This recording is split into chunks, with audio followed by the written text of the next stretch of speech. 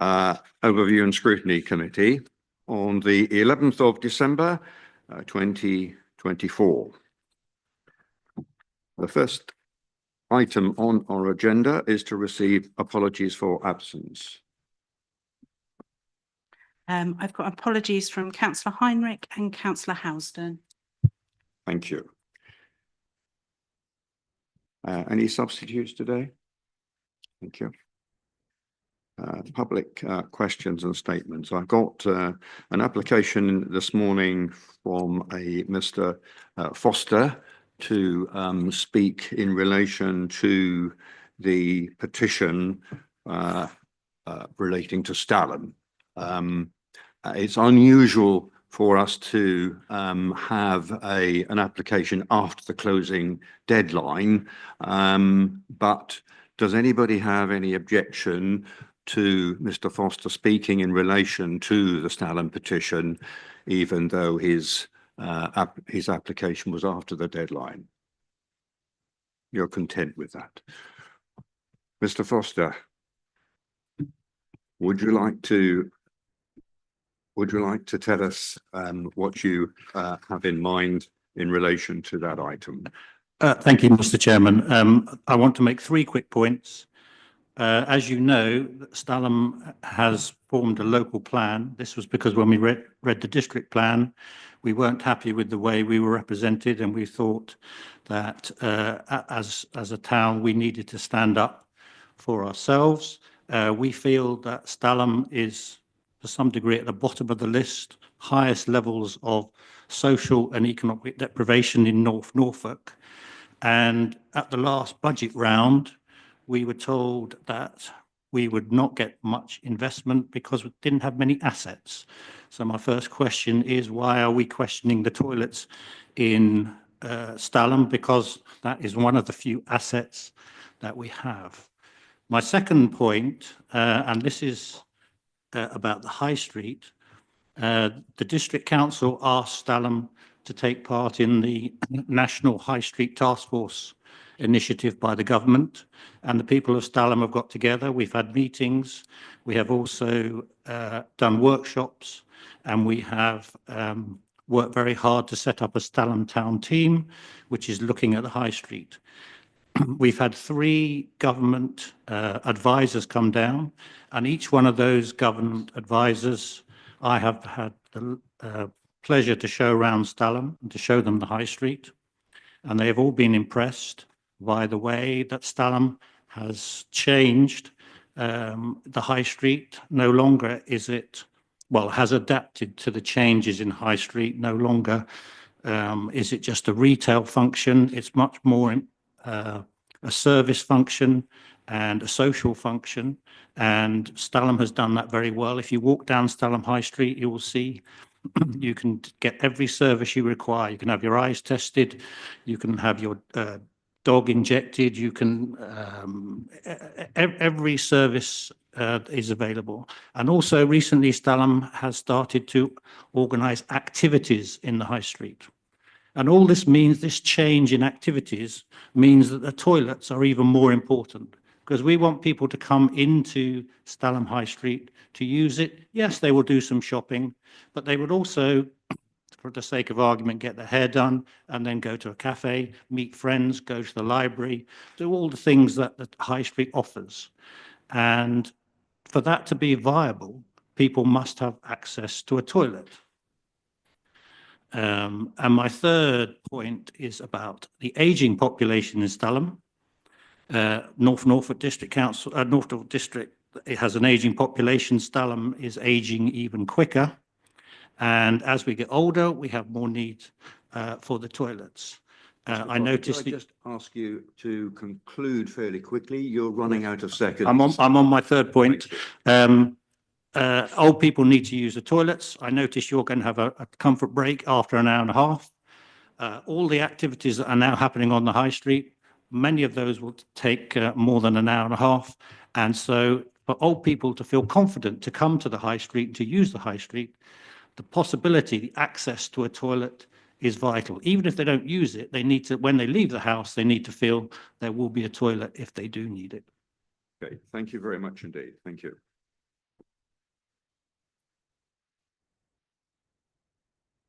Right, moving on to item 4 on our agenda. That's the minutes of the last meeting. So that's the meeting held on the 13th of November.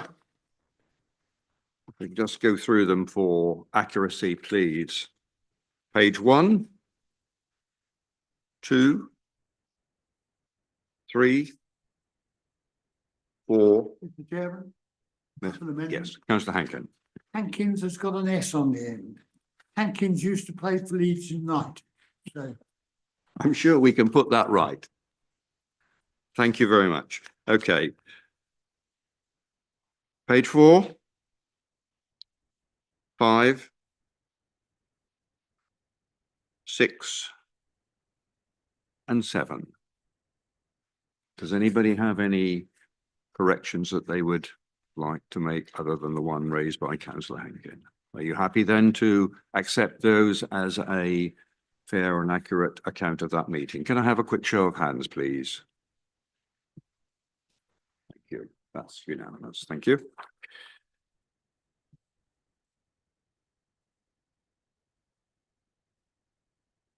Item 5, items of urgent business. I'm not aware of any.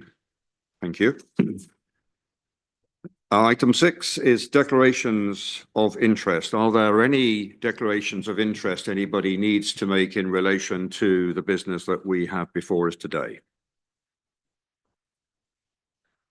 I have only one declaration of interest to make on my own behalf, and that's in relation to the petition for Stalham, and that is a non-pecuniary interest. I am the county councillor representing the town of Stalham, and to that extent I declare that interest.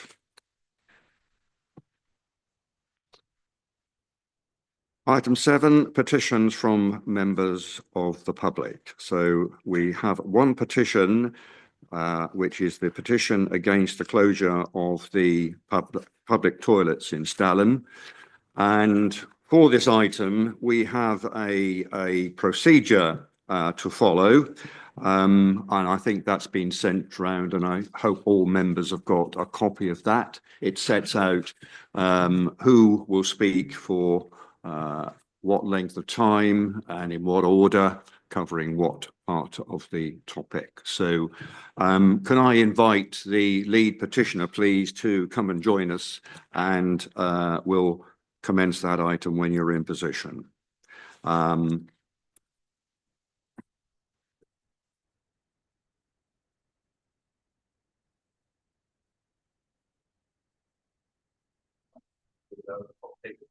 You've got a choice of positions as well.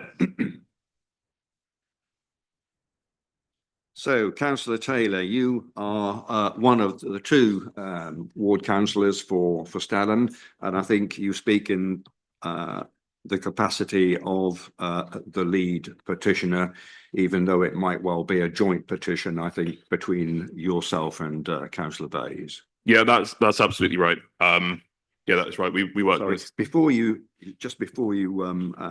commence, I need to give the monitoring officer to ask the monitoring officer to outline the report.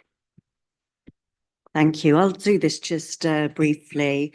The background information to this is a report that was before Cabinet of the 9th of September, and with a view to either full or winter closure of toilets. A number of toilets were identified for progression by officers this way.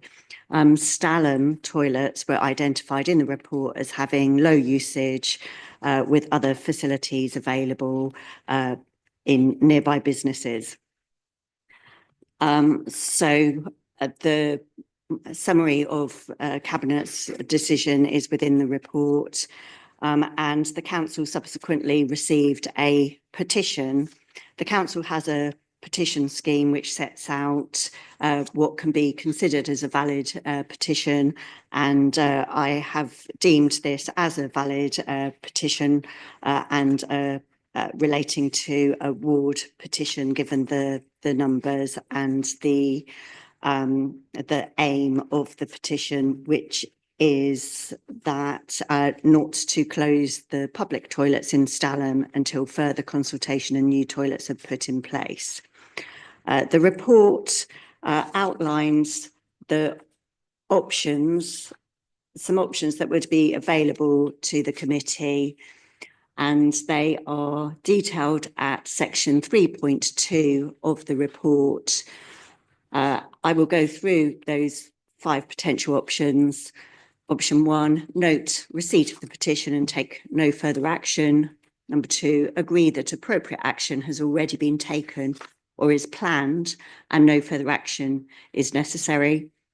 3, request a fuller report from a relevant officer. 4, require to be undertaken a detailed scrutiny review, gathering evidence prior to making recommendations in the relevant committee, cabinet or full council. And number 5, refer the matter to another committee, cabinet or full council where, in the view of the committee, appropriate action has not been taken or planned and is significant enough to merit this.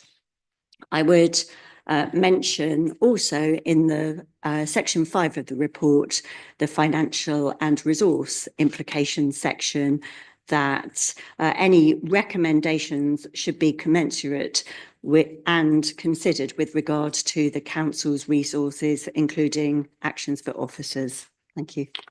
Okay, thank you very much indeed, Officer Jordan.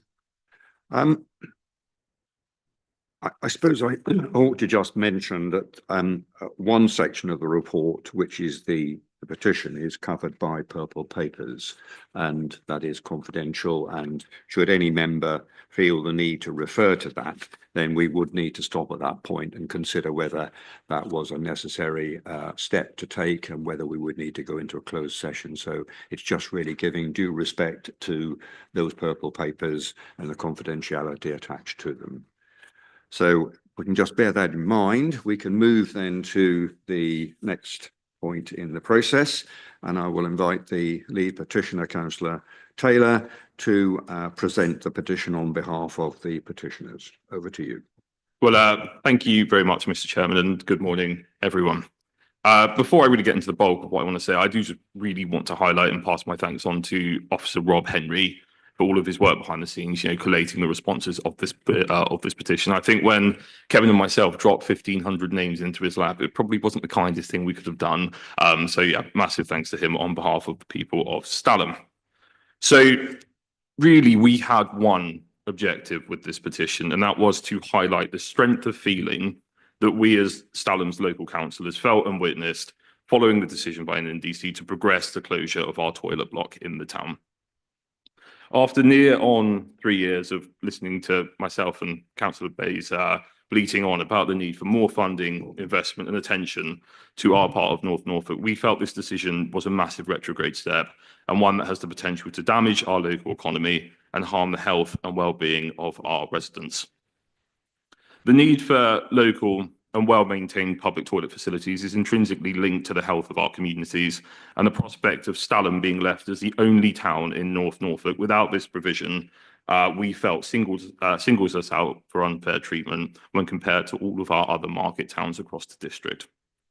Over 1,500 people signed our petition, some of whom live in Stalham, many of whom live in villages which Stalham serves, and some who visit our town every single year on holiday. We well know that tourism is one of the cornerstones of our economy here in North Norfolk, and the need of providing this service to our town cannot be highlighted enough. We in Stalham are a key link for those moving from the inland to a wide section of the North Norfolk coastline, and indeed our public toilets are signposted off a principal transportation route, the A149, and that's not even to mention that we have the biggest boatyard in the entire Norfolk Broads. These tourism draws prop up our local businesses. They support our residents and allow for local events to thrive. All of these considerations rely on the provision of a well-maintained public toilet. We fear that the damage that this closure could cause, both in financial and perceptive terms, could be extremely damaging for the people that we represent and to our businesses and to the events which see thousands of people flock to Stalham every single year. We understand that NNDC are due to meet with Stalham Town Council soon to discuss potential arrangements. And the key word there really is potential. There is no guarantee that an agreement will be reached. That is a discussion which needs to be had. So really, ahead of these conversations, we'd like to push the committee to follow recommendation 3 to ensure that the potential damage to Stalham is properly understood and allow for more informed discussions to take place in the near future. Thank you. Thank you, Councillor Taylor. We move on then to the next step of the process, which to invite the Cabinet Member, Councillor Shires. Yes, if you'd like to join us at the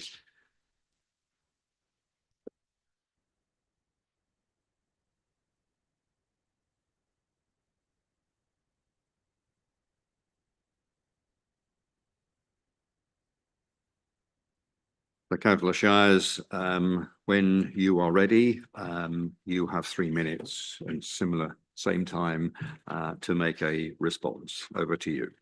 Thank you. And I'm sure you'll keep me to that time. So if I do go over, I won't be upset if you tell me to stop talking. Thank you for hearing this petition today. And I really want to begin by commending both Councillor Taylor and Councillor Bayes, because without councillors like this, our local communities don't get heard, and it's really, really powerful. And Stalham is very, very well represented by you both. So I'm very grateful for the work that you've done. And this is also a testament to the power of local government, where we've got effective councillors who are in our communities. And that is a point at the failure that may come for local communities should unitary authority be forced upon this district. At the start of this consultation, I did say that this was a start of a conversation. No decisions had been made, but there were 4 toilets that were spoken about. And for those of you that are aware, at the last Cabinet meeting, we announced a successful outcome for Hickling, where Norfolk Wildlife Trust will be taking that toilet on. And that is the very purpose of what we've tried to achieve. And as Councillor Taylor has said today, I am delighted to say that Stalham Town Council have indicated that they would like to meet with us to discuss the future of these toilets. This is very much a partnership approach. I wouldn't like to do things to communities. The people sitting here know that that is not my general stance. So I will, of course, like to keep Stalham Town Council and the Stalham Councils informed of anything that goes forward. And we have done so. Councillor Taylor, for all his lobbying that he's done on the petition, he has called upon me often and frequently to plead the case for Stalham. And my door is always open in that regard. In fact, we met last week for some other potential future ideas for Stalham. So Stalham is getting heard through their district councillors. The only other thing that I would like to point out, and this is more about how we preserve our assets for the future, and this is again a conversation about devolution, because whilst we have a budget need at the moment, we have to protect this district's assets for our communities. And the fear that I have is going forward is through devolution that social care will put added pressures on.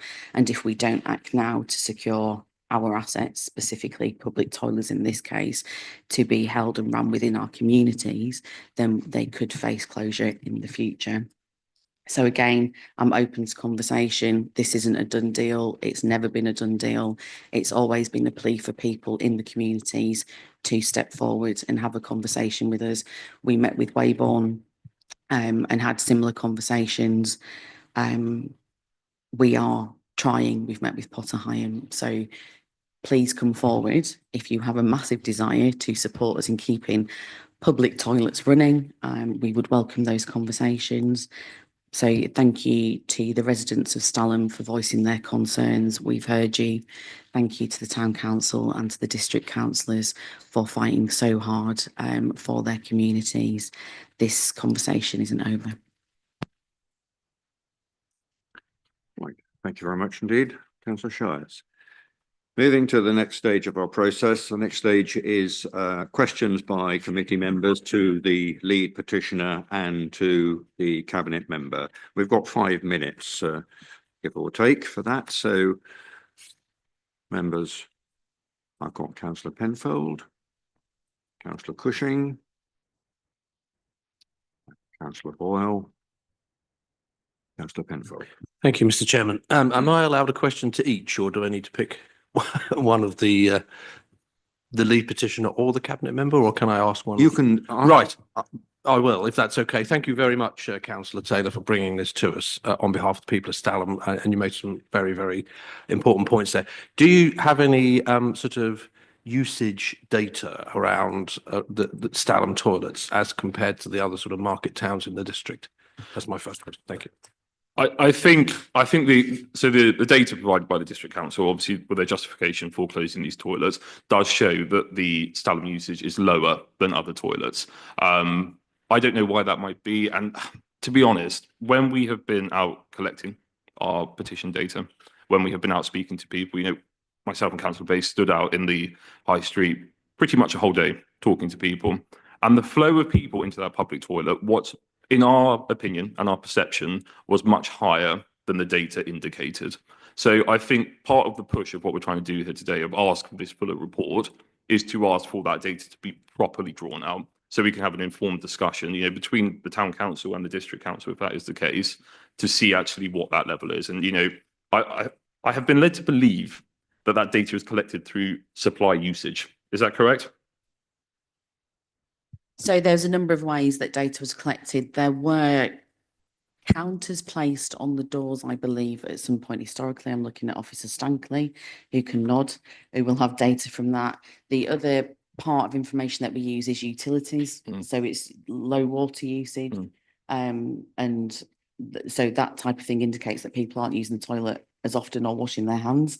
And then the other thing that we have is we're using mobile phone data for location and positioning as well. So it's not just a case of we've decided and we haven't seen. There has been data captured, but Officer Stankley can add more information to that.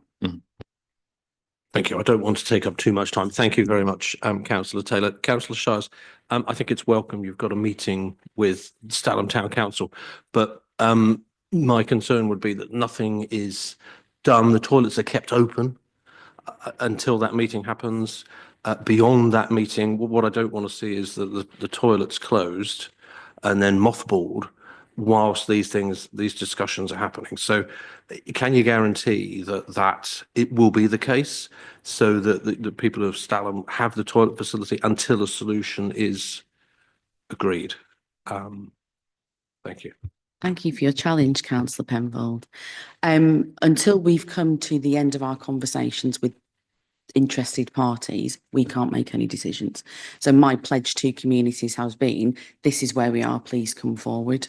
I need to know where we are with the outcome of that, but we wouldn't make that decision in private. That would have to go through an actual proper process. So when we've had the conversations, it will again come back to Cabinet, as it has done with other things. So it's not like we'll have a conversation, keep it private, and then do stuff. We will keep the conversations in public. But Councillor Taylor and I did have quite an exciting meeting last week about potential other opportunities in Stalham, not just for public toilets, but to add a space in Stalham, which would become a new community focus. So the conversation doesn't end here. There are future conversations. It's just that I feel we might have a role in that at some point, because you're at sort of the start of the conversations at the minute. I think you've said that you've guaranteed that they're not going to be closed until a solution has been found.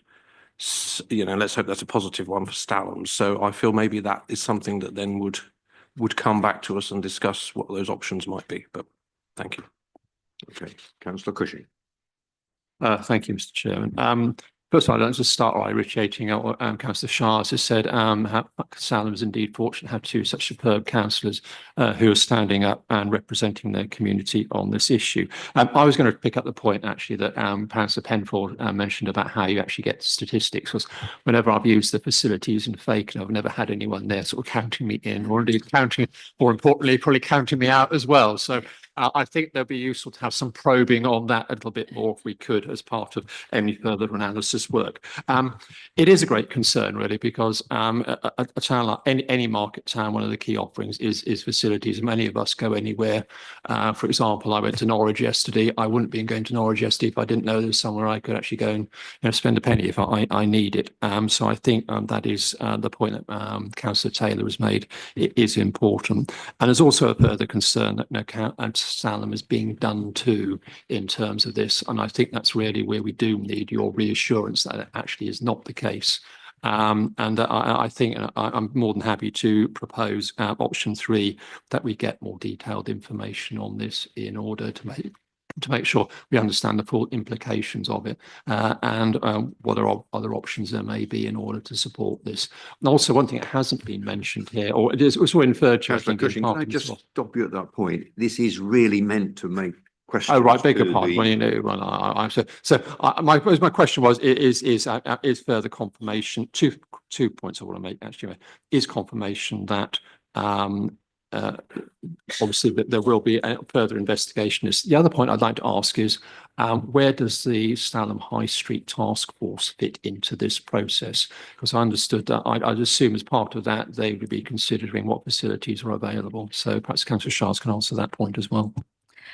So I've not been part of the High Street Task Force, but we did have a conversation about that last week. So I will hand over to Councillor Taylor and we can update on that side.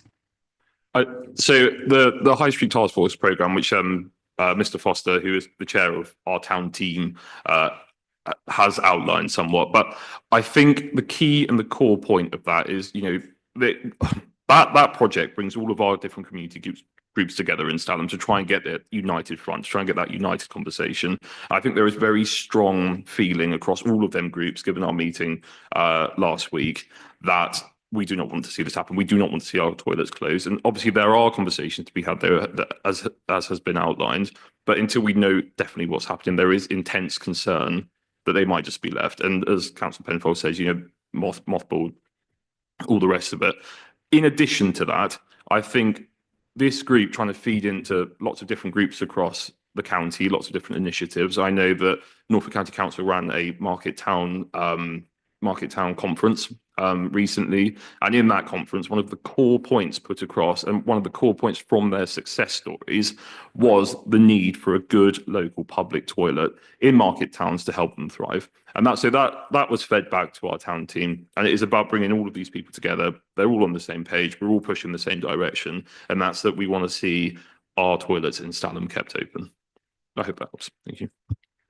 Just before we close that point, I'm aware that the monitoring officer on this subject of the High Street Task Force contacted Officer Young, and I believe you have an email response, and it might be appropriate to quote from that. Over to you. Thank you. I did make some inquiries on behalf of members as to the position of Stalham High Street, any regeneration and task force, and whether it was dependent on toilet facilities. And I understand from a communication with him that there's no regeneration scheme as such in Stalham, but there was a government funded project, the High Street Task Force, that gave some recommendations about how organisations and stakeholders within the town might work together for the benefit of the High Street. There's also a project established in regards to climate change, but it's our understanding that there isn't any particular funding or practical investment, in particular in regards to public toilets. And I think that was the question that I was asked to look at. Do you want to add to if that? I may, Mr. Chairman, all I will say is I think that project is the first steps of a regeneration programme. And in addition, that very last point you made, I mean, there is £20,000 in our budget for new public toilets in Stalham. So I think, as we said, there is a regeneration project. It might be in its infancy, but it is there and it is working and it is beginning to come forward. And there is some money for some new toilets. So I'm not quite sure where Officer Young got that information from, but yeah, I thought I just had that. Okay, thank you. Perhaps we can just park that issue because that might be something we want to pick up on at a later point in the process. Councillor Shires, do you want to respond? No, I just wanted to clarify the money for the toilets. Is that Stalham Town Council budget? No, that's district council. Okay. £20,000 for new toilets. Changing place toilets, sorry. Okay, that's Yep. fine.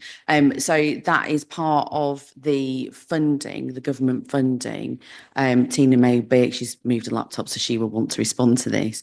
But that came as part of a funding scheme from the government, but I'm not sure where the deadline for that is. But I'll pass that over for Tina.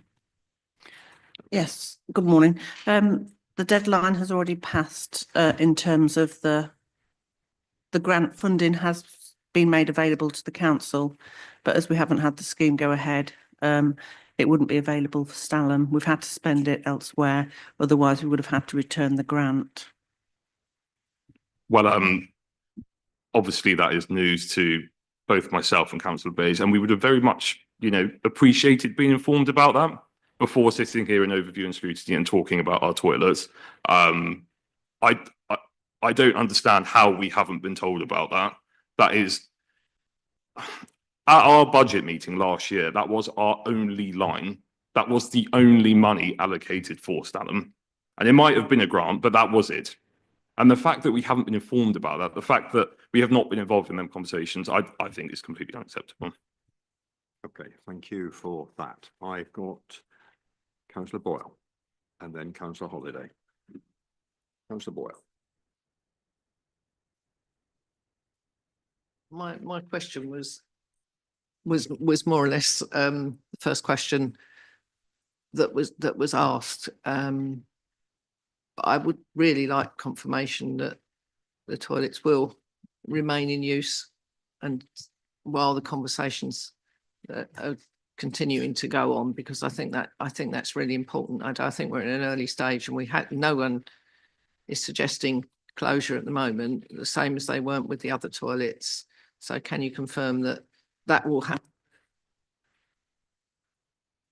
Absolutely. I can confirm that we have no intention to close the toilets until we have exhausted every single possible avenue. This isn't just going to be one day Stalham will turn up and the toilets will be closed. Every single avenue will be discussed. This is, like I've said, this is not the end of the conversation. We're not going to have any issues with that. That's my pledge. I'm saying it publicly. We're not just going to rock up and close the toilets. Every conversation needs to be had. But we are, and I'm not going to give too much, but Councillor Taylor and I have spoken quite heavily about potential schemes and potential other locations and potential other development in Stalham. So that is being explored. So I am quietly confident that there will be a future scheme that comes forward. From who that comes forward with, I'm not entirely sure, but we've had quite an in-depth conversation about what Stalham needs and deserves going forward. So this is one conversation that we've not finished yet, and there are other conversations going on in the background to try and push forward to get something in a viable scheme for Stalham that's not just centred around public toilets, it's centred around what the public need in Stalham. Okay, thank you. Councillor Holiday.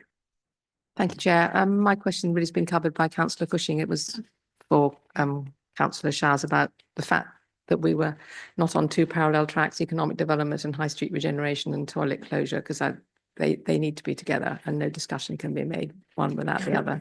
And I'd just like to make a point that changing places with the demographics of Stalham is a really important facility, and I'm shocked that they're not going to have one, because that's really disenfranchising a large percentage of the population. And I think that the unacceptable word is quite a good one. Thank you. Yes. So the place we were partnering that had the footprint to enable us to do this, the conversation stalled and there was no progression. So when we went out for the Changing Places bid, we identified locations in North Norfolk and we went out for a joint bid. Now, we are still in the process of completing some of those provisions. We've got the Lees and the one at Hull, etc. coming up. Fakenham have had one, North Walsham have had one as well. So it was a full scheme. Unfortunately, because it's time bound, the government will request the money back. And in order to get a partnership agreement of when we can start building, we weren't able to get that. That's my understanding of the situation. Tina will be able to add more depth to that. And as such, because of that, unable to progress with that scheme, we weren't unable to progress with the scheme overall. But I'll defer to Officer Stankley, who's frowning, so I may have said something incorrect. No, what Councillor Shires has said is correct in that we weren't able to progress a scheme going forwards in Stalham at the proposed site that had been identified, and it wasn't a case of just not doing it. We ran out of time essentially. The grant was only due back to we could only get the grant up until the end of March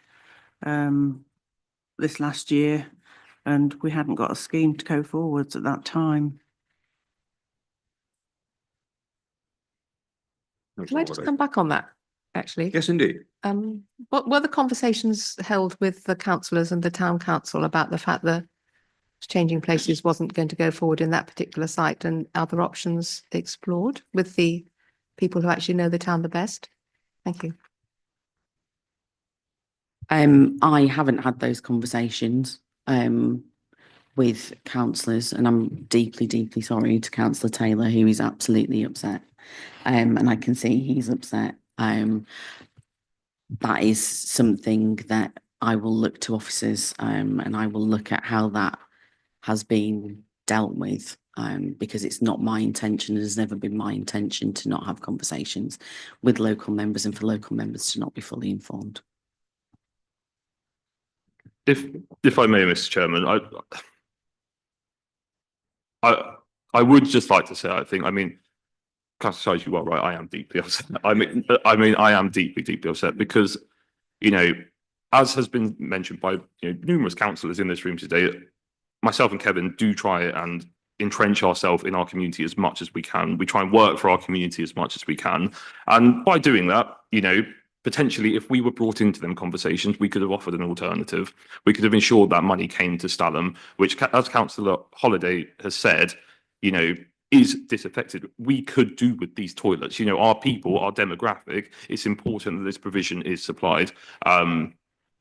I don't want to say too much about it. That is not why we're here today. We're talking about our current public toilets, and I'm sure that this will form future discussions. But yes, I am deeply unhappy. Okay, thank you. Can I just seek clarification on a point with regard to opportunities? I am aware that perhaps the better part of a year ago, Richardson's in Stalham, which is the owner of the biggest boatyard in the Broads, announced an investment programme to build new facilities that would, I think, accommodate and encourage tourists that were inclined to be day visitors rather than staycations on board boats, but to facilitate those who were visiting Stalham. They were intending to invest in a facility, and I wonder whether the District Council has taken an opportunity to explore that with Richardson's to see whether there's any possibility of a partnership. I can't speak on behalf of the economic growth team. Tina's indicating again, but I would welcome any conversations from any part of the community to help us work with Stalham to keep these facilities open. But I will defer to Officer Stankley, who's indicated that she may have more information. Officer Stankley. We held discussions with, the intention was to have it in that area where the museum is, but we held discussions and the site wasn't really suitable in terms of where they would prefer to have it, which was at a prohibitive cost to us in terms of putting in all the required infrastructure there. So we couldn't actually find a suitable site that we could afford to progress with. We had the discussions, but there wasn't anywhere suitable on that site. Thank you. Councillor Vickers. Thank you, Chairman. I just wanted to ask Councillor Taylor what he hopes to get from, what further information he hopes to get from the report suggested under option 3, because I know that officers are under resource pressure, but I don't think that should be an excuse for not giving the people of Stalham all the information that they require, and the town council and also this committee. Yes, thank you, Councillor Vickers. I think the main push for the report and what we really want to understand is that potential damage. And I'm saying potential because I can't sit here and say that it's going to be overwhelming damage, it's going to be minimal damage. It is about undertaking that, fact-finding venture to really assess what is the impact on our people going to be, what is the impact on our businesses going to be, what is the impact on our street fairs and our events and our events which bring huge amounts of people into Stalham, what is that going to be? So I think rather than us sitting here today and saying, oh, we want you to refer this straight back to full council, we want this to go straight back to cabinet and we want you to say, no, you can't do this. I think our first step and what we want to achieve is to understand more about the impacts that this closure could have on our community with a more in detail Stalham specific investigation. And really that is our push today. That's what we want to understand. That's what we want to gain from this. In the light of Councillor Taylor's, the information that he's given us, I'm very happy to second Councillor Cushing's proposal that we vote for option 3. Okay. Councillor Shires. Yeah, so option 3, which I understand is your preferred option.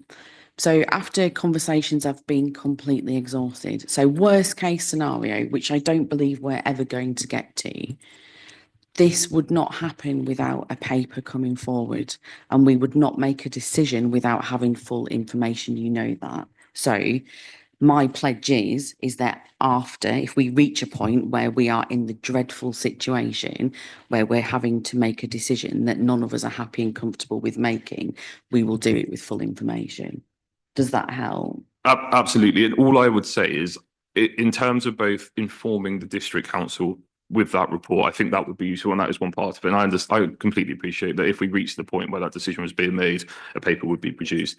But I think if we had a report, that might help with conversations with local community groups, it might help with conversations with the town council, it would present a more informed position. I mean, if the district council could go to the town council, I know this is a bit, I feel like, two hats on here because I am also a town councillor, but I feel like if them conversations could be broached with that more in-depth, more detailed information, it might help them conversations.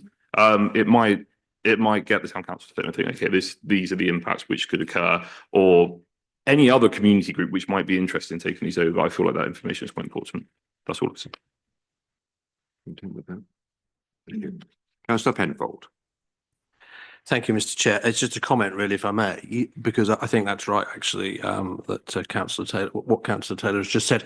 I did start, if I'm honest, thinking that option 2 would be where I was at on this, but I'm moving to option 3 because I think you're right. I think to have as much that the discussion between the district council and the town council needs to be as informed as possible, and to have evidence of usage, of community impact, of growth in Stalham and all the rest of it factored into that. Why wouldn't you want that information at your fingertips when those discussions take place? So I think in some ways you'd want that report before those discussions take place, so that you can have those based upon the best information available. So I do see that, and I think that would certainly help us.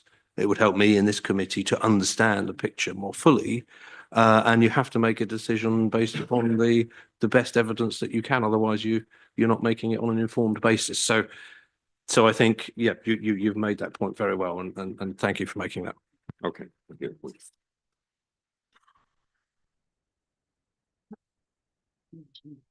Yeah. Okay. Right. Well, those of you who will have been watching the clock will realise that we've spent rather longer on than the time allocated of 5 minutes. That was my decision to allow those conversations to run because I thought that they were fruitful and relevant. That may actually lead us perhaps into a shorter committee discussion time. I don't know, but we've got 15 minutes for that. So if we can move on, if with no more questions for the lead petitioner and the cabinet member, then we'll move on to discussion amongst ourselves. Yes, by all means. So just for a point of clarification, where the committee would request a fuller report from the relevant officer, that's a very open-ended recommendation. And I feel that that is saying that nothing else should progress until the committee has received a fuller report. And I don't believe, from what's been said by Councillor Taylor or by Councillor Penfold, that that is what you're intimating. What it feels like you're suggesting is that any conversations that are had with potential parties should include a fuller report from a relevant officer. That's what it feels like you're saying, because that's very open-ended. And it doesn't feel like there's full direction there. So I would like to know, if that's the intention, what that recommendation could be strengthened to be more directive, because that's very, very open at the moment.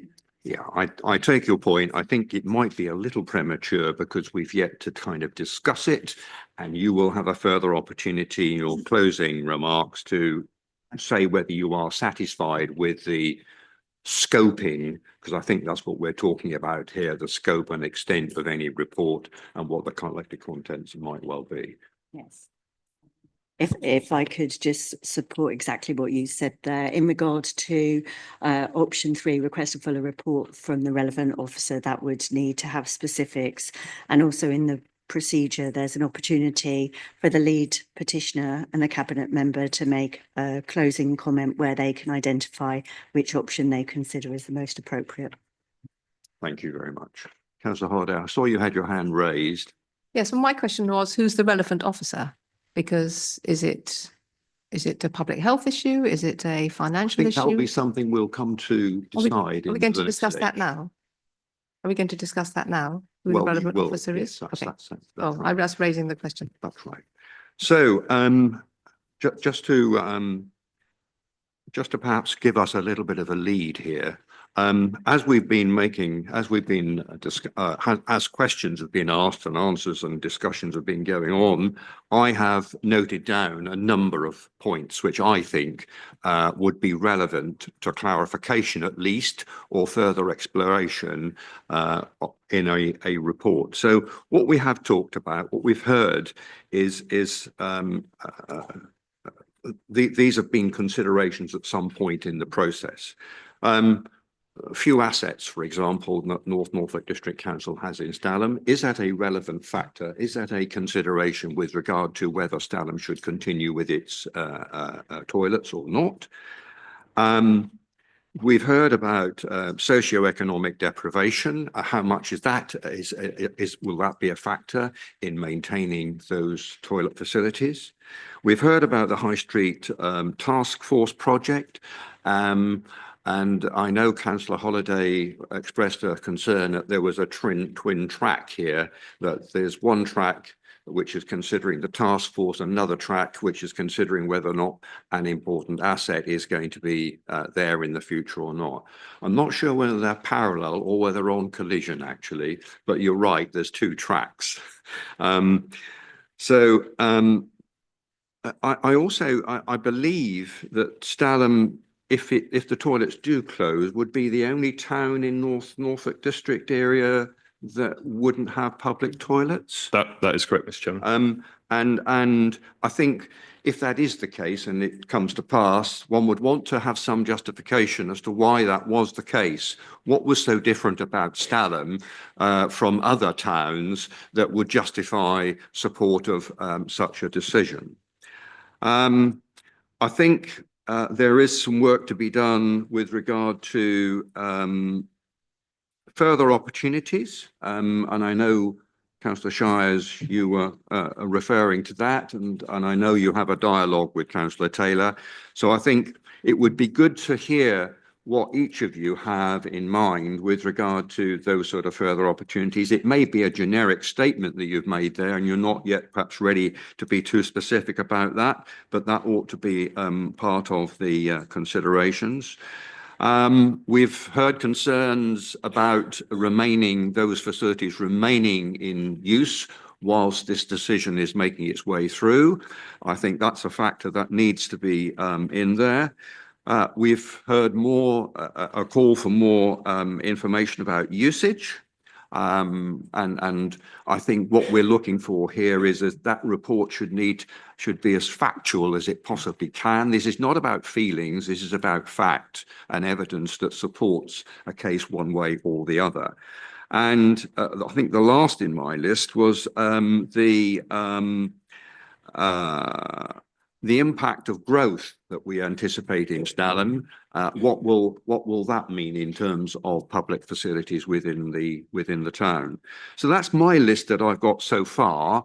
I don't know whether that kind of helps us in terms of our discussions, but I think it would be useful if amongst the committee you have further things that ought to be in that report. But I believe and I support what Councillor Shires says in regard to that request for a report needs to be as detailed as we can make it, so that when that report comes back to us, we have all the information that we said that we wanted.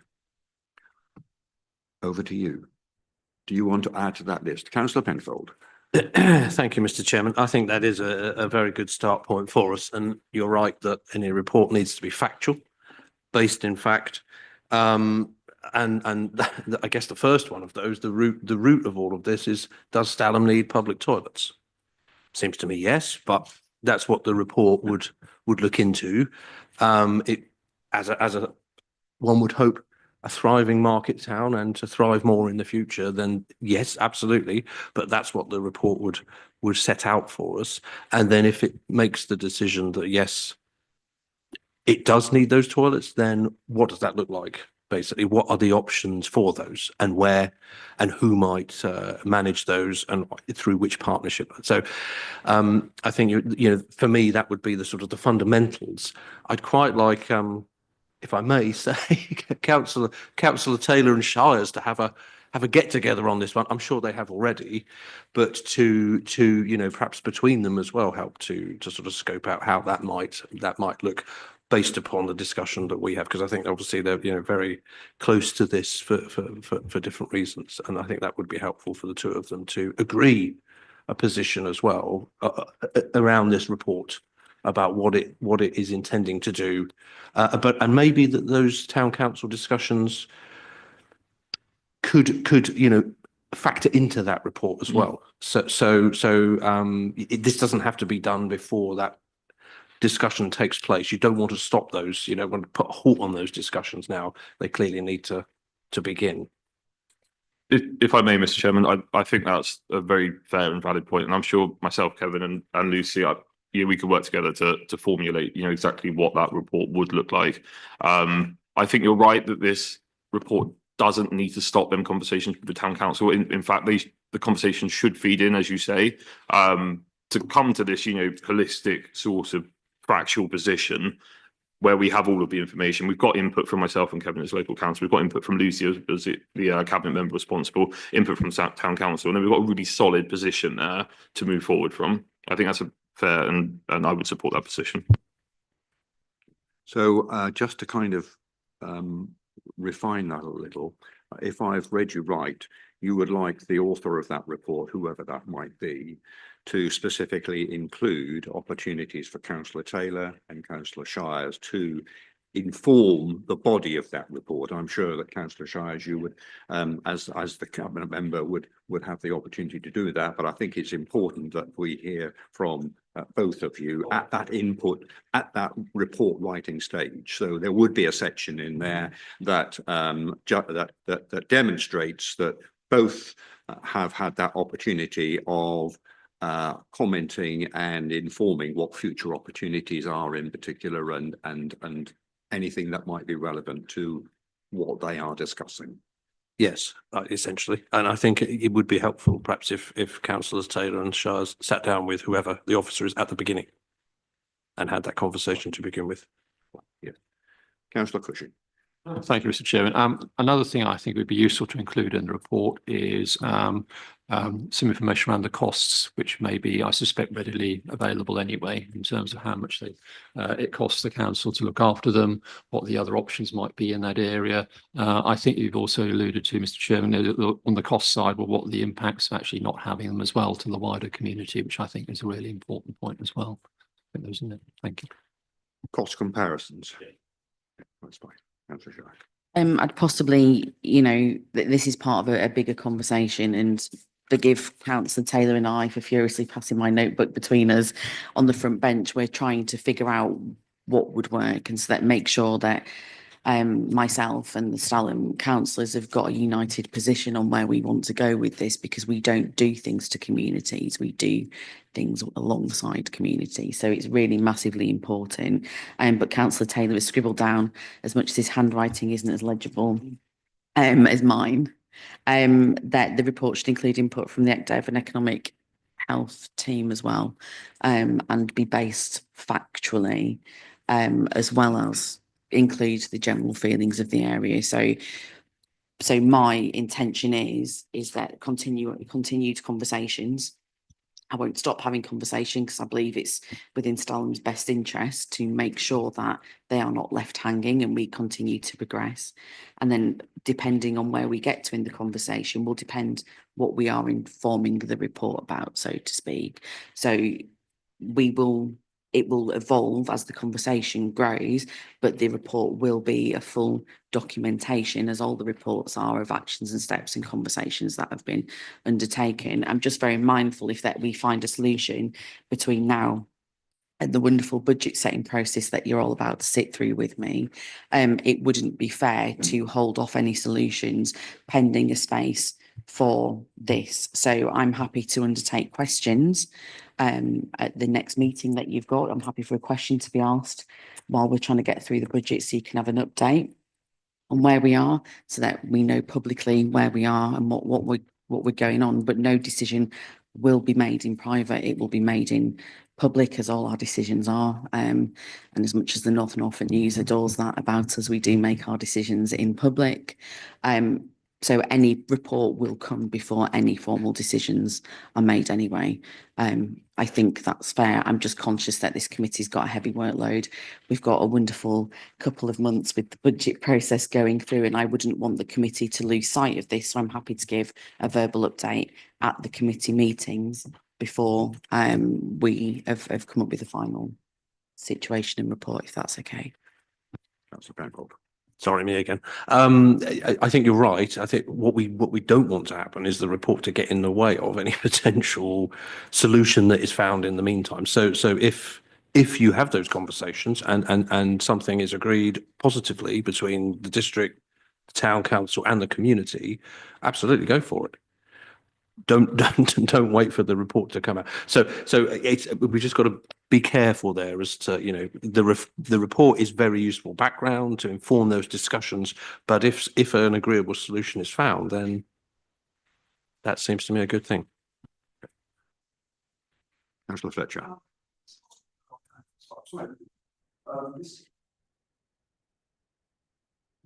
Sorry, is it possible to know offhand how much the toilets in Stalham actually cost, and therefore how much we'd be saving, or how much we'd be impoverishing council resources, as it were, by maintaining them? In other words, how much are they? I'm not sure whether or not the committee's had that information. Councillor Stankley's drinking a very lovely Lincolnshire water. Have you got that exact figures to hand, Officer Stankley? Sorry. I think actually that will be covered by the point that Councillor Cushing raised in terms of costs.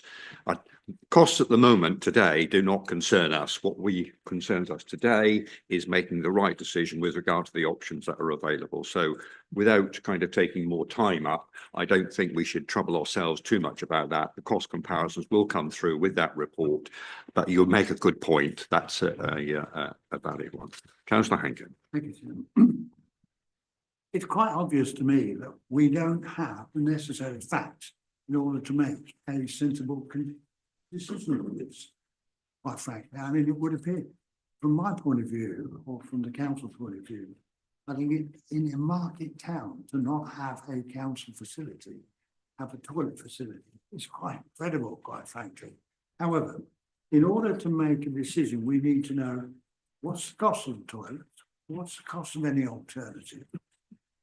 Has the expansion or the growth of Stalham been taken into account, etc.? I don't think we have that information. So I think in terms of the report back, we just need to know the facts. End of story. Thank you. Thank you. Yes, you make a good point, and that's exactly what we've got. We've got the top of the list. It needs to be factual. It needs to be objective. This is not about, as I said, facts. Facts must rule over feelings here. This is not about emotions. There have to be evidence there.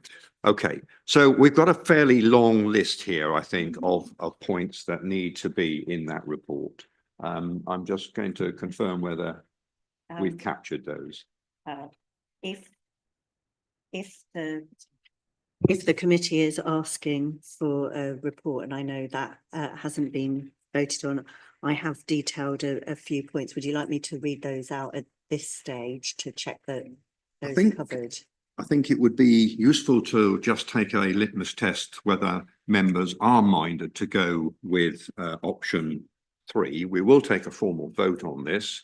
If you are, then I think that list which the monitoring officer has will underpin that and will help us in making that decision finally. Over to you.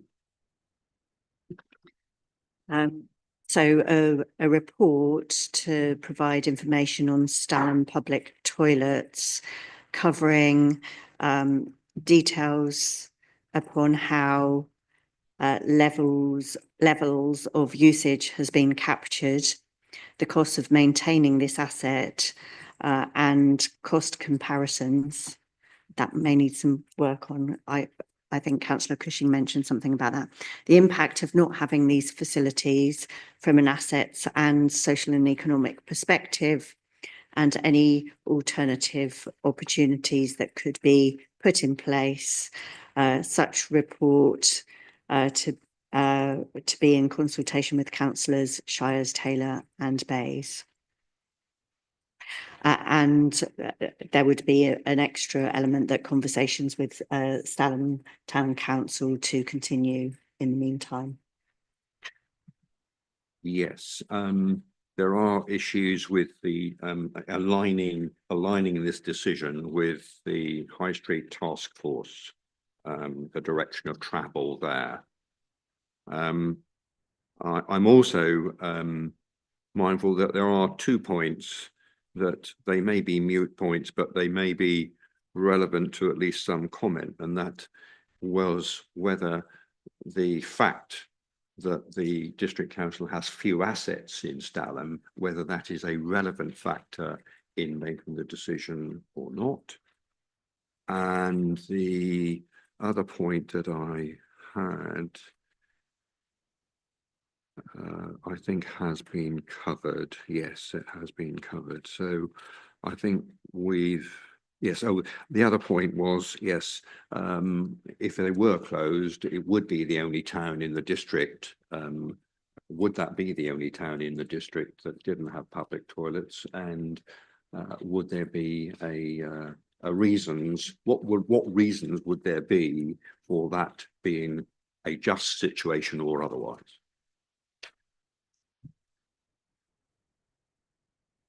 Councillor Holiday. Would it be also worth exploring what funding streams are available, given that we've lost the funding stream for the Changing Places toilet? If there's anything else that we could embrace that would enable the project to go ahead? So you're looking for capital funding? Yep, to start with, yeah. Okay, so we will add on the capital of the funding stream options as well to that. So I think we've actually, sorry, Councillor Panbos. Thank you, Mr. Chairman. Just to comment, I think that's right. We do need to look at partnership funding and other partnership opportunities, but I'm not entirely sure whether the question about district council assets is relevant. Simply because I think we just need to look at whether these toilets are needed. And that's the focus. It doesn't really, it's not really relevant whether it's, one of 10 assets or one of 20 assets within Stalham. The focus of the report is around the need for these toilets. And if they're needed, fantastic. But whether, I don't quite see where the sort of the number of assets that the council owns in Stalham is relevant to that particular aspect.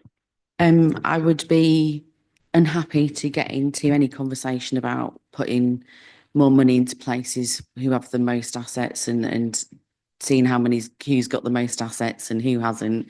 And the reason is because we quite often face opposition for putting money into assets that we have in places where we have more assets. So I don't think that that's fair or relevant in this part. We have many parishes where we don't have assets either. And I don't think that this is a fair way to look at it. But with just a nod to the change in places funding, I would just like to point this committee, and this is a warning, I guess, for when we're looking at the budget going forward, that when we agreed the 24-25 budget at full council in February, the funding for Stalham was not in the capital programme. So it's just more mindfulness for people that when we're agreeing to do things, that we need to just keep an eye on, especially because this cabinet will be sitting with me to go through the budget monitoring and the budget setting process. If people are struggling to understand the budget, I know there's lots of information in there. I'm really, really happy, and as bored as I may sound of talking about it, sometimes I'm really happy to have those conversations with people so that people fully understand it. So it isn't a case that we've secretly slipped something out. It's a case that the funding was not going to come through because we couldn't secure an agreement. I will look back in my reports and emails to see how the conversation went. But this council agreed when we set the budget that there was no budget for a scheme in Stalham when we set the budget last February. I think that's well understood. Thank you. Just to come back on that point, I think all of us would kind of would agree with the reference to the numbers of assets across the various towns. It's just that it was raised as an issue, and I think maybe this report should dispel that as being an issue, and that's the only way. Unless somebody can come up with some other reason that I can't think of, but I rather suspect that all of us here would be rather concerned if that became a relevant factor. And I think that he should rule out that as a factor. Thank you.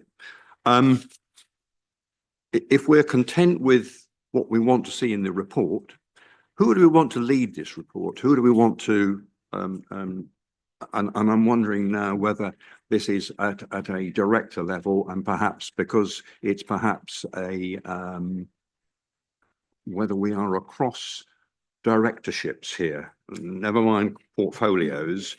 It is a property matter, but there are lots of factors that will go into that decision, which are outside of your portfolio and outside, I suspect, of the director's responsibility. So are we looking at a joint resources stroke people place directorships? As much as Tina's going to hate me for this, because I know that your workload is quite high, I feel that we would take this as a team, so it would sit under Tina's directorship. I'm going to nod to Dan. It would probably sit with Dan, who presented the medium-term financial strategy, of which this committee was very happy.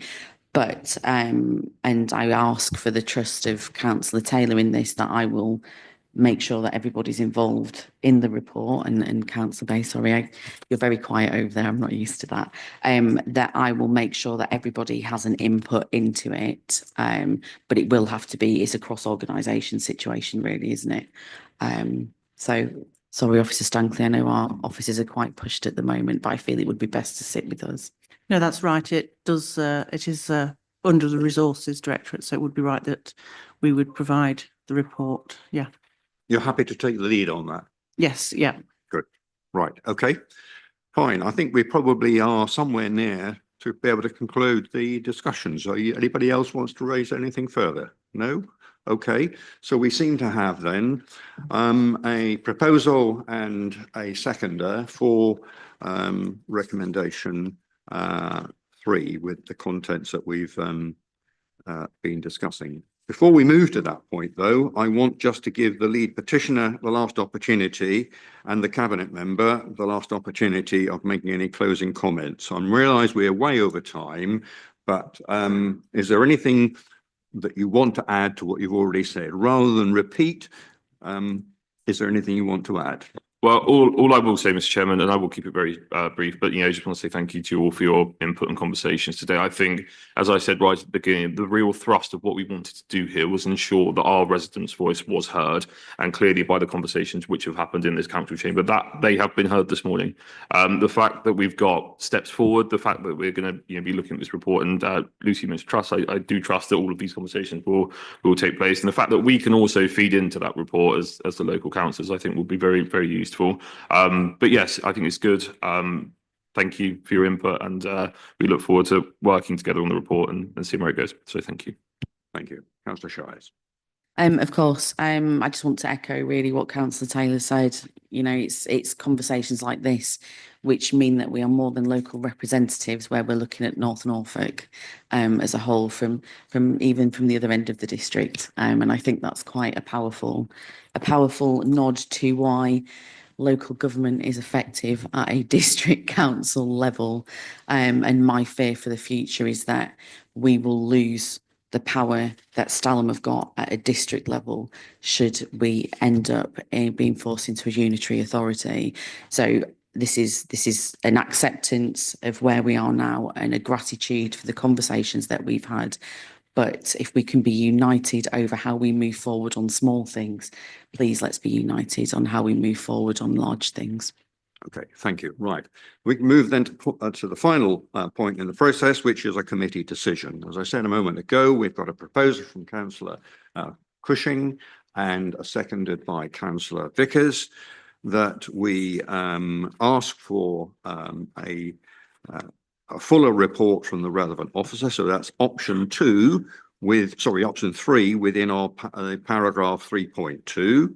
And we have gone through in some detail the contents that we would like to see, the specific points that we would like answered. And we have an offer to lead that from Officer Stankley. So that would be a Director of Resources responsibility to produce that report, but working across, of course, the other directorships, ensuring that those points that are outside of that director's responsibility are fully enclosed in that report. That's yes. I will ask the monitoring officer just to go through the wording of that, so we've got the specifics. Over to you.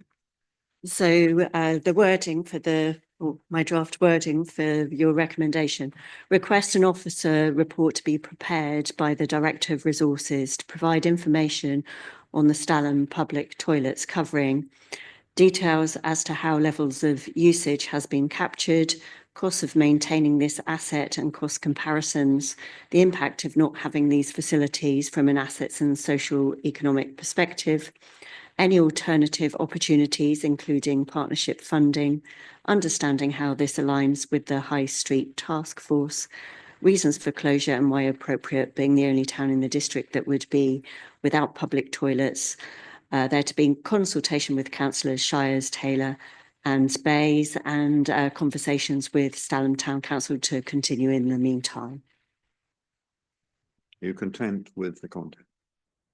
Right, okay. So we've got a proposer and seconder. Can we have a show of hands then that we make that recommendation? That looks like unanimous to me. Thank you very much indeed, everyone. We have taken rather longer than we had planned, but I think perhaps the result that we've got is a clear one and hopefully takes us in the right direction, and with that removes any doubt and concerns that we might have over the immediate future of the toilets until we've got the full facts. Right, thank you very much indeed, everybody, for coming in today to help us make this decision. Thank you. Right, if we can move on then to the next item on our agenda, which is consideration of any matter referred to the committee by a member. I'm not aware of any. Thank you. And item 9, which is responses of the council or the cabinet to the committee reports or recommendations. I think probably in summary form, the recommendations from our last meeting, which I presented to cabinet earlier this month, were accepted in full. So I don't think I can add any more to that. Unless anybody got any questions on that. No. Okay, then we move on to item 10, which is fees and charges for 25-26. Councillor Shires. Thank you. A slightly less interesting topic, I think, for us to discuss, but equally important as the previous. So this is part of our annual cycle. You will note that I've already spoken to you, and you've already given me wonderful feedback and debate already on the parking charges. So this is our annual cycle of increasing fees if we're allowed to. The government do set some of our fees, which we're not allowed to increase, even if they do lose us money. And then there are some where we set the fee, but we're not allowed to make anything above and beyond what the service costs. I think last time we had some quite lengthy debate on the charge of filming on the pier when I last brought this paper. But I don't believe there's anything particularly contentious in there. But I will allow the committee to challenge me on that. And I've got Officer Stanley in the wings, who has just raised a hand, who I believe wishes to speak on this item. Yes, hopefully the report covers how we've set the fees and charges.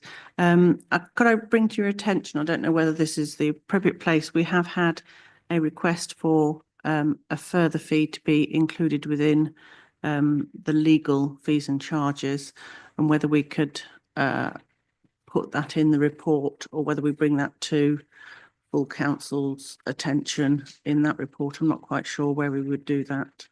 If the monitoring officer has any comments.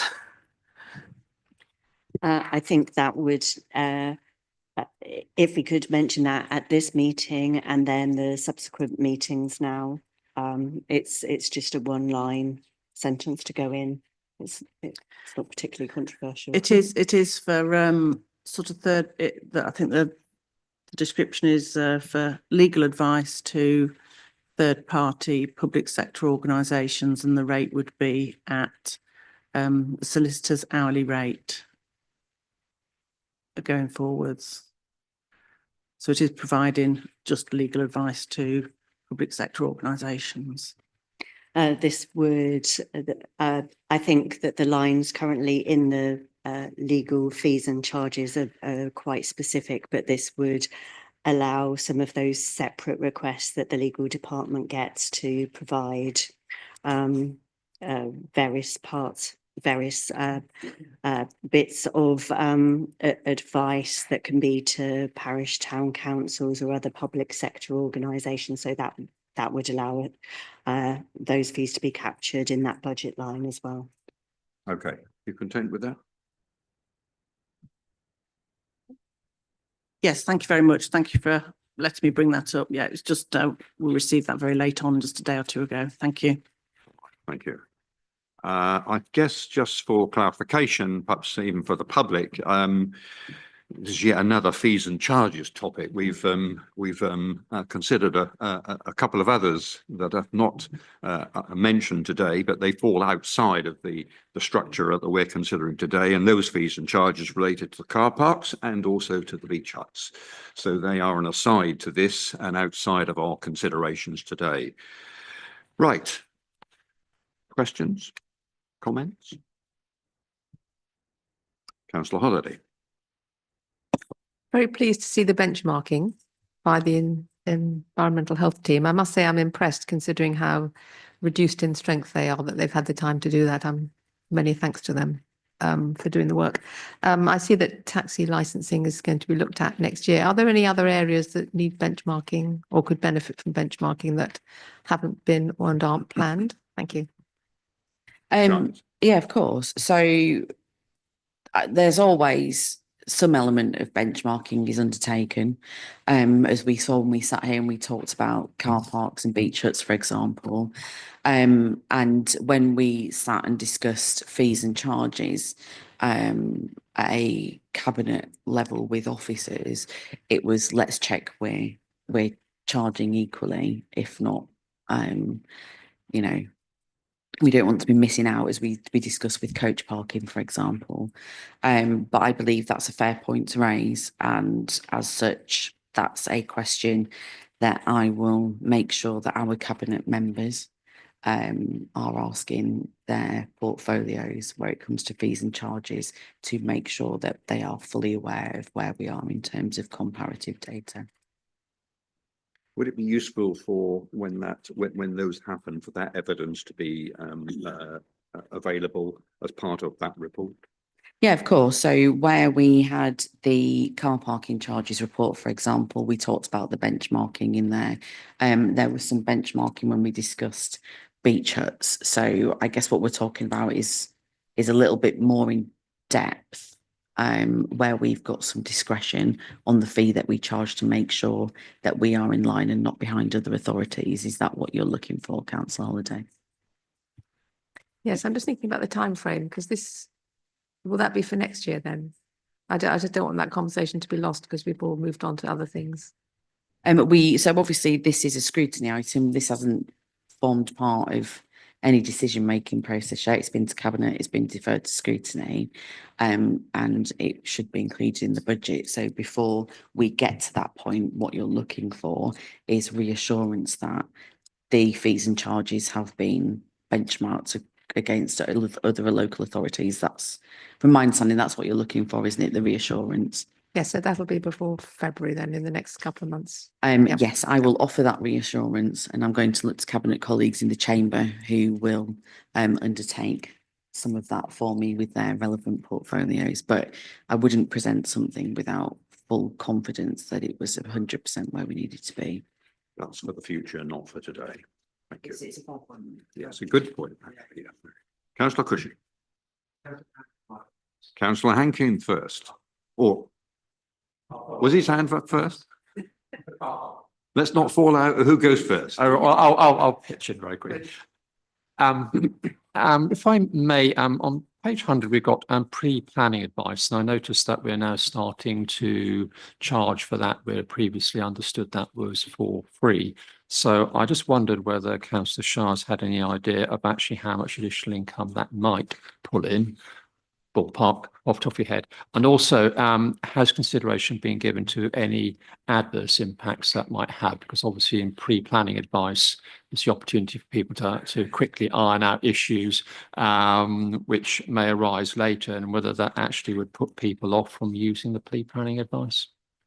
I'm just trying to find the exact line. I know Councillor Brown has his hand up, but I wasn't aware that we gave pre-planning advice. Assuming it's just new in there, so I'm assuming it's new, put it that way. I think it's the differentiations between the type of planning advice, but I will defer to Councillor Brown, and then Officer Stankley is going to quickly, as if by magic, pull out the figures for me on what we propose that this will bring in. Councillor Brown, can you clarify that point? Good morning, Mr. Chairman. Yes, I can. We do charge for pre-application planning advice. It's actually a discretion that the council have to set the fees for pre-planning advice. It isn't mentioned in section 3.9, which is something I'd noticed and I was going to raise anyway, on page 75, that this section in the report merely relates or refers to the national planning fees, which are set by government and which are, mandatory across every local authority. We do also have a discretion to not charge for pre-application advice, and there may well be circumstances where we're trying to encourage interest or enthusiasm in particular sites from developers, and we may wish to relax our charges as an incentive on the basis that we would more than cover the cost of pre-application advice if a formal application was submitted, because the fees are quite substantial on major applications. But I hope that answers the point. Whether we are charging enough for our pre-application advice is a different question, and I perhaps ought to know what the income is off the top of my head, having gone through numerous times recently budget spending reviews. But I don't, so I apologise for that. I just want to say that I very much hope that we do bring these charges. I think the report says that we want to bring them in before the 1st of April in planning, particularly on local land charges searches, because I just want to remind people that part of the service is being taken away from us in October next year. There's a lot of work to do on it, but the government are insisting that the land registry deal with part of the search applications on properties. We will have some of the functions still. And of course, as is in the nature of these things, we will be the poorer for that change in process going to the land registry, because we won't receive as much income as we currently do, sadly. Okay, thank you. Thank you, Mr. Chairman.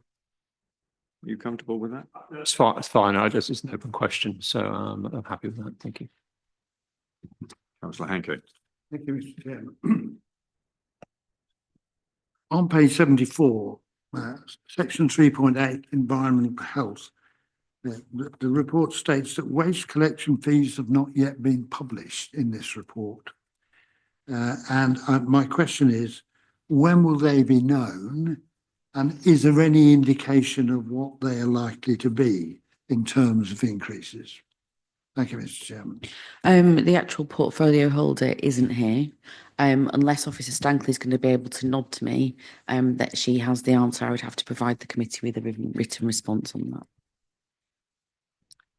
Yes, I don't have a lot of detail, so perhaps written response would be a better response in terms of we could provide a lot more, but it is around the discussions with Serco and sorting out what all the costs will be for next year. It's quite, I think, our most complex contract, and there's a lot of discussion going on in terms of coming to an agreed fee for the services for the coming year, but that is underway at the moment.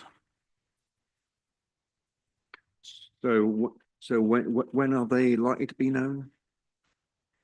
I'm not sure of the exact date, but we will be obviously having to prepare the full report for the February cabinet and then full council in February.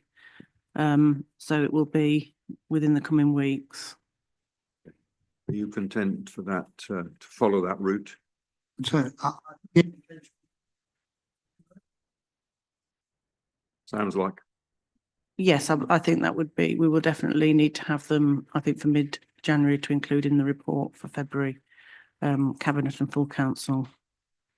So they will be visible when the budget comes to the full council in February, if you're content with that. thank you, Mr. Chairman. Thank you. Any other questions in relation to this report?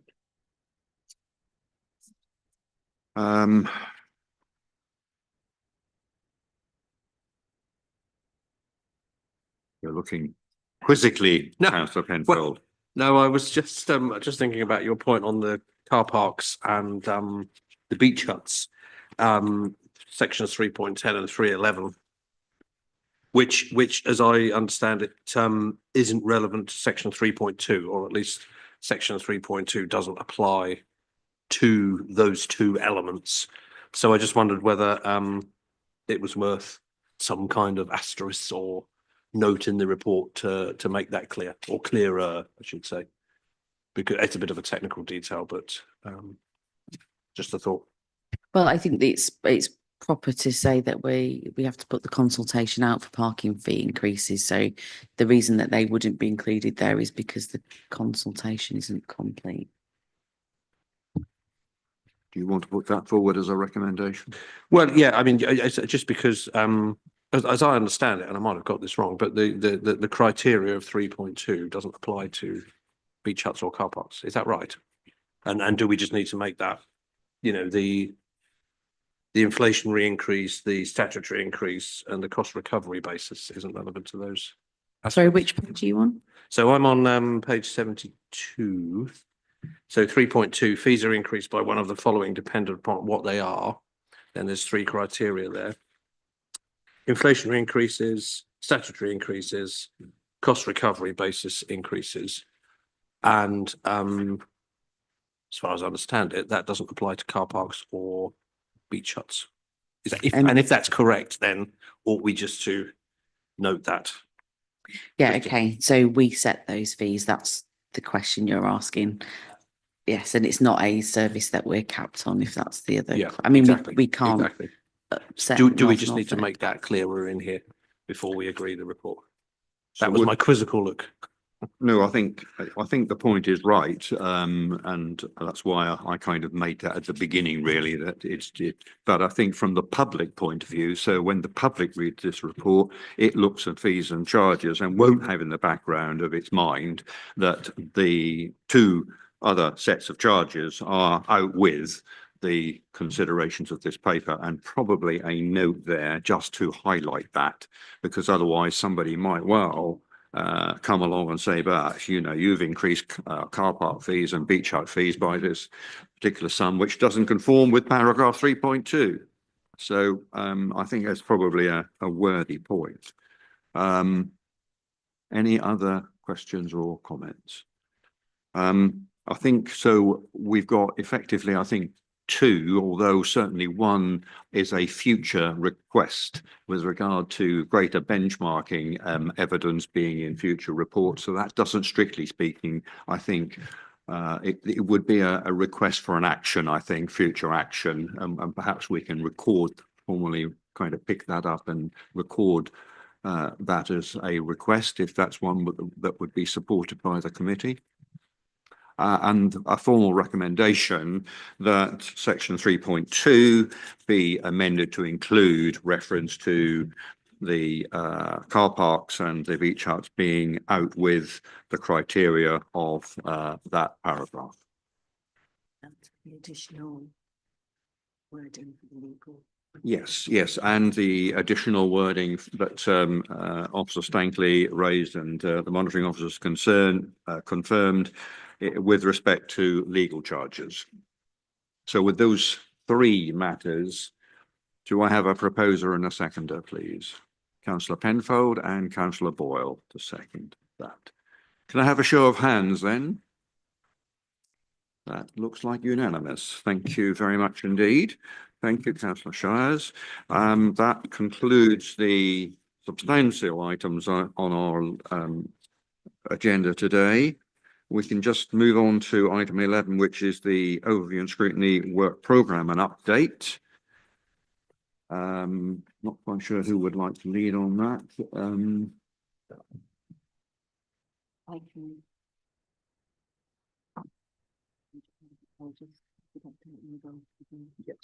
Yes, and if you can include in that an update with respect to the recruiting of a scrutiny officer, please. Thank you. The update in regard to the work programme is something that would usually be dealt with by a scrutiny officer. As members know, we had been advertising for a Democratic Services Oversight Committee, which would cover overview and scrutiny meetings. Unfortunately, that was not successful, and we are going out to advert again today or this week. And I'm also putting some things in place to assist with the democratic services, as we're somewhat short at the moment. So that's a little update from me. Unless you've got any particular questions about the work programme, I'll try and assist with that. Do it that way. Thank you very much. You'll notice, I think, the emphasis as far as January is concerned. It's very financially orientated, leading up to the budget decision being taken in February. And I think it's probably fair to acknowledge that the work programme is to some extent limited by or conditioned by the availability of officer resources within the Democratic Services team and of the obviously the covering of the absence of a scrutiny officer. We will have a locum starting at the beginning of January. I'm just finalising that at the moment, so that should be covered. Thank you. So I think that's why we are where we are with regard to the work programme. So January is very much financially orientated, and then from February onwards, I think we probably will revert to the broader scope of topics that we would expect to cover. Any comments on the work programme? Councillor Holliday. So will Benjamin Court discussion, can that be brought into February or March? That has not been scheduled into a month yet, but But it would be better to do it sooner rather than later, wouldn't it? Sorry? Wouldn't it be better to do it sooner rather than later? I'm sure it would, and I think that will be dependent upon the report coming through, and I think what it might be helpful to do is to have a verbal update in January with regard to its progress.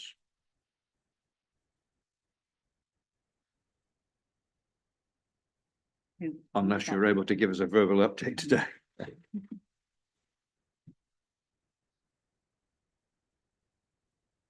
Right, any other comments, any other questions? No, in which case we have no further business on our agenda today. So I formally close the meeting and wish everybody a joyful and restful